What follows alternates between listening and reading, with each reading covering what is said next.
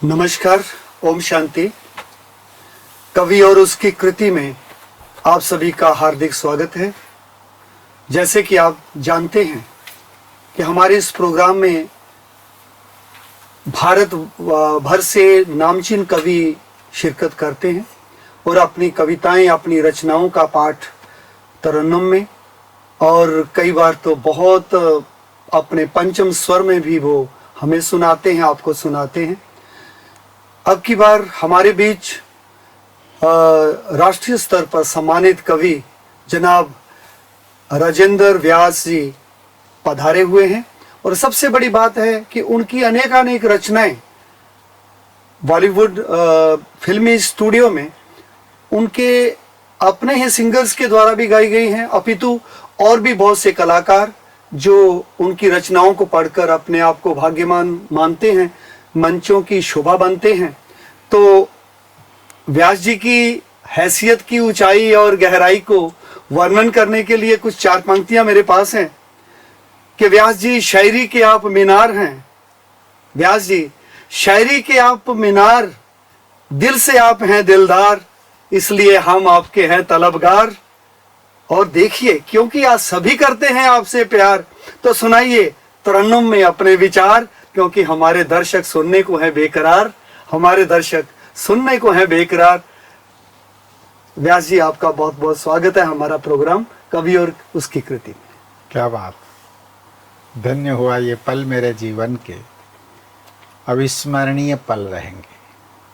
हिंदी वाचक परंपरा के कवि सम्मेलनों में उस समय उस ड्रामा में मेरा रोल एक मंचीय कवि के रूप में रहता था, पर पीस म्यूजिक के इस डायस पर मेरा स्वरूप दूसरा होगा। मैंने आपकी महिमा भी उतनी सुनी जितनी आपने मुझे कर दी, और मैं तो ये कहूँगा अगर यूजर के साथ पासवर्ड सही हो तो इंटरनेट चलता है। मुझे आप इतना मुखरित कर देते हैं, कमाल है। तभी तो कहते हैं कि मैं व्यास जी, तभी तो कहते हैं कि मैं आपके दरमियान इसलिए आता हूँ, अपनी कविताओं से आपको बहलाता हूँ, अपनी कविताओं से आपको बहलाता हूँ। आपकी कविताएं तो बेमिसाल होती हैं, और जब उन्हें आप तरन्नुम में पढ़ते हैं फिर तो लगता है जैसे पूरा गगन गुंजायमान हो गया। क्या बात है, क्या बात है। मैं ज्ञान में आने के बाद में मैंने जो मेरा रूपांतरण हुआ है, मैं श्रोताओं का और आपका और कविता का सम्मान करते हुए एक छंद में आपको, मुझ में क्या परिवर्तन हुआ इस कविता से। हमारे यहाँ 3 स्वरूप होते, preservation of the culture, transformation of the culture, then transmission of culture. जब से ज्ञान में आने के बाद मेरा रूपांतरण हुआ भाई जी, मेरी संप्रेषणीय क्षमता बढ़ गई है। एक निवेदन करता हूँ, एक छंद से मूड बनाता हूँ आपका। मुझे कंकर भी मिलेगा तो फूल सौंपूंगा। पहले मैं बदला लेता था स्वामी जी, कोई मुझे अब बदल मारता अब था, बदल तो गया, ईंट मार देता था। अब बदल गया। अब मैंने कहा मैं क्या कर रहा हूँ, उस बाबा का बच्चा हो मुझे कंकर भी मिलेगा तो फूल सौंपूंगा, अब बबूलों के बदले मैं गुलाब रोपूंगा। मेरी श्वासों में पहले नेगेटिव विचार आते थे, वो बबूल थे। मुझे कंकर भी मिलेगा तो फूल सौंपूंगा, अब बबूलों के बदले मैं गुलाब रोपूंगा। तुम्हारे साथ रहा अब तलक में अनजाना। माँ सरस्वती के पास रहकर भी माँ को अब समझने लगा कि काव्य है क्या, कविता है क्या। तुम्हारे साथ रहा अब तलक में अनजाना, अब क्षमा पे जलूंगा बन के नया परवाना। वाह जी वाह। अब क्षमा, अब इस क्षमा पे मैं जल रहा हूँ, मेरे वजूद को खत्म करके जाऊंगा और इस कविता को शाश्वत बनाने का, मैं रहूं न रहूं, काव्य पहले भी था, है, रहेगा, और नहीं मैं भी पहले भी था, अभी भी हूं और रहूंगा। व्यास जी, आपकी किताब आज सुबह सुबह मेरे हाथ एक लगी है। जी प्रभु। और किताब का शीर्षक तो पहले भी हम दर्शकों को बता चुके हैं कि मैं मुझे मिल गया। मैंने अचानक एक पन्ना पलटा तो आपने, एक कविता है इसमें, प्रश्न चिंतन का है। आज चिंतन की आप कहाँ गुंजाइश देखते हैं, जबकि चिंता में हर इंसान डूबा हुआ है। तो आप कैसे किसी से चिंतन करवाएंगे? और ऊपर से प्रश्न दे रहे हैं आप कि प्रश्न चिंतन का है। भाई जी, विचार तो सबके पास होते हैं, पर विचारों का चिंतन करता कौन है?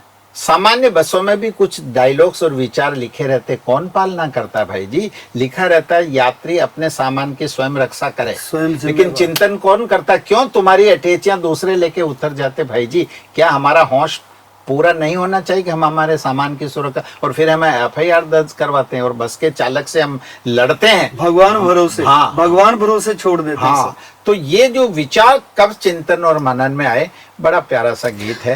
प्रश्न चिंतन का है, प्रश्न है मनन का, प्रश्न अपना ही है, प्रश्न है वतन का।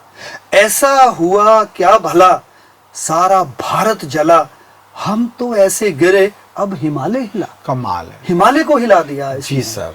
हिमालय, क्योंकि हमारी, ऐसा क्या हुआ? मैं बता रहा हूं, हमारी संवेदनाएं बिल्कुल मर गई।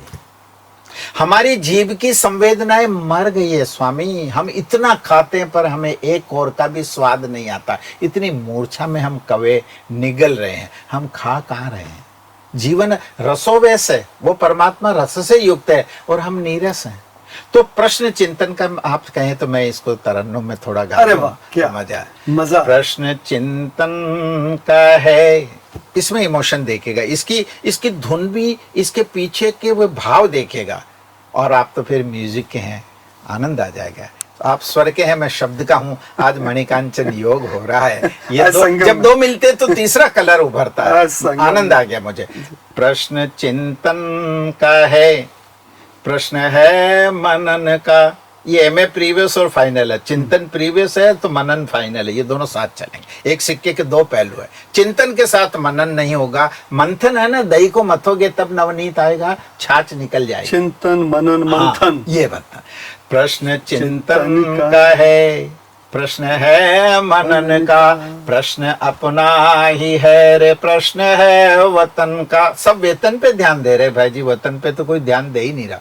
सब वतन पे एक ही मात्रा लगा रहे हैं। ये तो आपकी एक, मुझे लगता है कि ये एक राष्ट्रीयता की भावना बिल्कुल बिल्कुल बिल्कुल बिल्कुल। मैं इस देश की जो गरिमा है, मुझे लगा है कि हम सब मूल्यहीनता के युग में आ गए। जो भारत सोने की चिड़िया था, उसकी फिक्र हो रही है। इसका कारण ये रहा कि हमारी ईमानदारी इस देश से, व्यक्ति से खत्म होती गई। इसलिए आज आदमी को बेईमान होने में नहीं स्वामी, ईमानदार होने में शर्म आती। क्योंकि 20 जने बेईमान है, उसमें आप एक ईमानदार फंसे तो आपको हेजिटेशन हो जाएगा कि मैं फॉल्ट में। नहीं, उसके लिए कहा जाता व्यास जी कि 900 चूहे खा के बिल्ली हज को जा रही। वाह वाह वाह वाह, उसको ये कहा जाता है बिल्कुल कि 900 चूहे खा के। अरे भाई, कौन से चूहे कब खाए आपने देखे क्या? लेकिन ईमानदार, मान लिया 900 चूहे खा लिए, लेकिन अभी तो बिल्ली सुधर गई है। क्या बात है, क्या बहुत सुंदर। अभी तो कुछ खुशी मनाओ भैया। तो इसमें मेरा क्या दर्द है? प्रश्न चिंतन का है, प्रश्न है मनन का, प्रश्न अपना ही है रे, प्रश्न है वतन का। ऐसा हुआ क्या भला सारा भारत जला, हम तो ऐसे गिरे अब हिमालय हिला। हिमालय हिल गया भाई जी, हमारा इतना व्यक्तिगत पतन हो गया। वहां से संसद में, वहां से 100 रुपये का जो बजट आता ना भाई जी, नीचे की इकाई तक पहुंचते हैं 10 पैसा रह जाता। कहाँ जा रहा है? जो कहते हैं कि पाप बढ़ता है तो प्रभु का सिंहासन हिलता है। बिल्कुल हिलता। तो यहाँ भी भारत में कुछ ऐसा अनुचित हुआ कि हिमालय हिलने लग गया। जी जी जी, क्योंकि ये डायग्नोसिस है। मैं भारत की बहुत तारीफें करूंगा, इससे काम नहीं चलेगा सर। मुझे लग रहा है इस देश को ब्लड कैंसर हो रहा है। ये देश अगर यही स्थिति रही तो लाइलाज होता जाएगा। लेकिन नहीं, समय से पहले हम जागरूक लोग अगर जाग जाएंगे तो राजनीति और धर्म दोनों को एक तरह से इंगित करने का काम कवि और साहित्यकार करता है। दूसरा बंद लीजिए। शब्द जाल बुन लिए ऐसे कथन भी कहे, अब तो कांटे बचे रे फूल सब चुन लिए। ये सिचुएशन है। राजनेता हमारे कॉलेज में, स्कूलों में, कांटों के बीच में तो व्यास जी कहते फूल सुरक्षित रहता है, लेकिन फूल को कैसे अंदर से निकाल लिया गया? वो कैसी तरकीब थी, कौन सी चतुराइयां चलाकियां थी कि कांटे बच गए और फूल चुन लिए? भाई आप डेयरी में जाते हैं, आपने जानते हैं ना, डेयरी में दूध का क्रीम निकाल लिया जाता भाई जी और सेपरेटा बेचा जा रहा है। उसमें से ठंडी क्रीम निकाल ली जाती। ऐसे इस देश की ईमानदारी खींच ली इस राजनीति ने। इस चतुराई ने, अब आप देखिएगा क्या बंद है, बहुत प्यारा। शब्द जाल बुन, शब्द जाल बुन लिए, युवकों को बरगलाते, आप राष्ट्र के निर्माता है, देश का भार आपके कंधों पे, बच्चा इसमें भावुक हो जाता। हाँ, शब्द जाल बुन लिए, ऐसे कथन भी कहे, अब तो कांटे बचे रे फूल सब चुन लिए, खुशबू कैद हो गई, दीवार भेद हो गई, रे नेता मदहोश है, रे जनता बेहोश है। इसीलिए तो चयन सही नहीं हो रहा राजा। 60 साल 65 साल में हम जल की व्यवस्था नहीं कर पाए। पानी जो एक बुनियादी तत्व प्रकृति का फ्री मिलना चाहिए, आज मीठा पानी इंसान की पहली जरूरत है। उसके पोषण, जो कहते कि 70% जितना बॉडी कंटेंट है वो वाटर है। क्या बात है, क्या बात है। 70% पानी है। वो आज एक जनसाधारण नागरिक को शुद्ध जल नहीं मिल रहा है। क्या इस देश में आंदोलन के जलजले नहीं आएंगे? क्या विद्रोह की ज्वालाएं नहीं भड़केगी? आप उसको जल नहीं दे रहे, अन्न तो बात की बात है, कपड़ा मकान बात की बात है। पहली जरूरत है इस देश को शुद्ध पानी की। जलते अस्पताल हैं, जल रही अदालतें, हर जगह आग लगी है। जी सर, अगर आप भीतर जाएंगे तो आपको जलती अदालतें, ज्ञान मंदिर जले, नेता गुंडे पालते। ये बुरा तो लगेगा, ये बुरा तो लगेगा, पर हम सब अगर इस सच्चाई, ये इस कड़वी सच्चाई को अगर इससे कम में हम जागेंगे नहीं। इससे मेरा किसी पॉलिटिकल पार्टी से नहीं, मैंने जो इस देश में व्यक्ति से अनुभव किया उसका लिखा इस बंद को मैं पढ़ता हूँ। थोड़ी पहली लाइन, इस बीमारी के लिए कड़वी गोली देनी पड़ेगी सर। फूंक से काटा नहीं निकलता ना। ड्रेसिंग करना है तो दबा के मुझे ड्रेसिंग करनी पड़ेगी, यूं करूंगा तो पूरा सड़ जाएगा, सारा नासूर हो जाएगा। तो बंद वापस थोड़ा सा मैं दोहरा दूं। जलते अस्पताल है, जल रही अदालतें, जलते अस्पताल है, जल रही अदालतें, ज्ञान मंदिर जले रे संत गुंडे पालते, चाकू से न्याय है, लाठी से हक लिया, कोई डरता नहीं रे, कैसा शासन हुआ रे प्रश्न। किसी को भय नहीं भाई जी।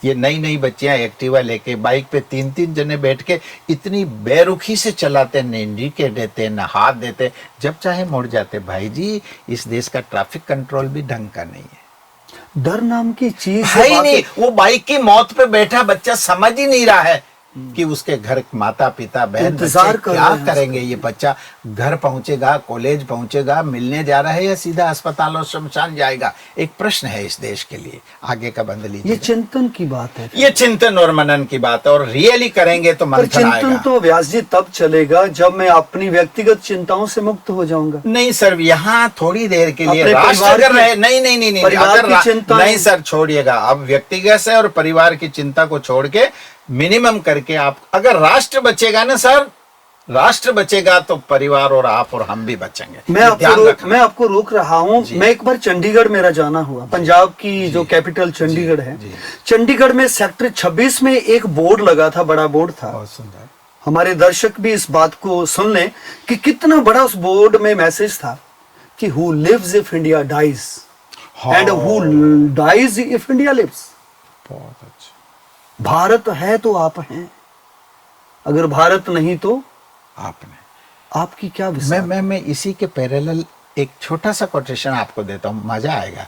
आपका कोटेशन मेरा कोटेशन सगे भाई तो ने पर मौसी के लड़के होंगे। डायलॉग है, India is going up but the Indians are going down.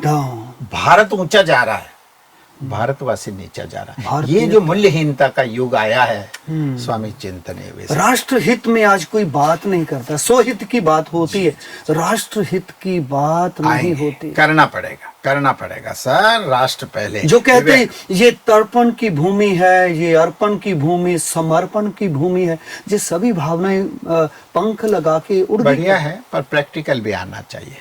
आगे का बंद लीजिए, बहुत प्यारा गीत है। लेकिन व्यास जी, बात फिर वही आती है जो समय की घड़ी हमें समझाती है और इस ओर इशारा करती है। कोई बात नहीं कि आपकी कविता तो वहां भरती है भारत के लिए, पर यहाँ विराम जरूरी हो जाता है। अच्छा। क्योंकि समय गुजरता जाता है। बहुत अच्छा। आप हमारे, हम अगले आगतांक में फिर आएंगे। थोड़ा लंबा गीत है। ये जो आपने कहा जो प्रश्न चिंतन का है, चिंतन वाकई लंबा होता है ना। चिंतन चिंतन लंबा होता है और सुखदायी होता है। क्योंकि गहराई में जाएंगे ना चिंतन के, तभी मोती मिलेंगे।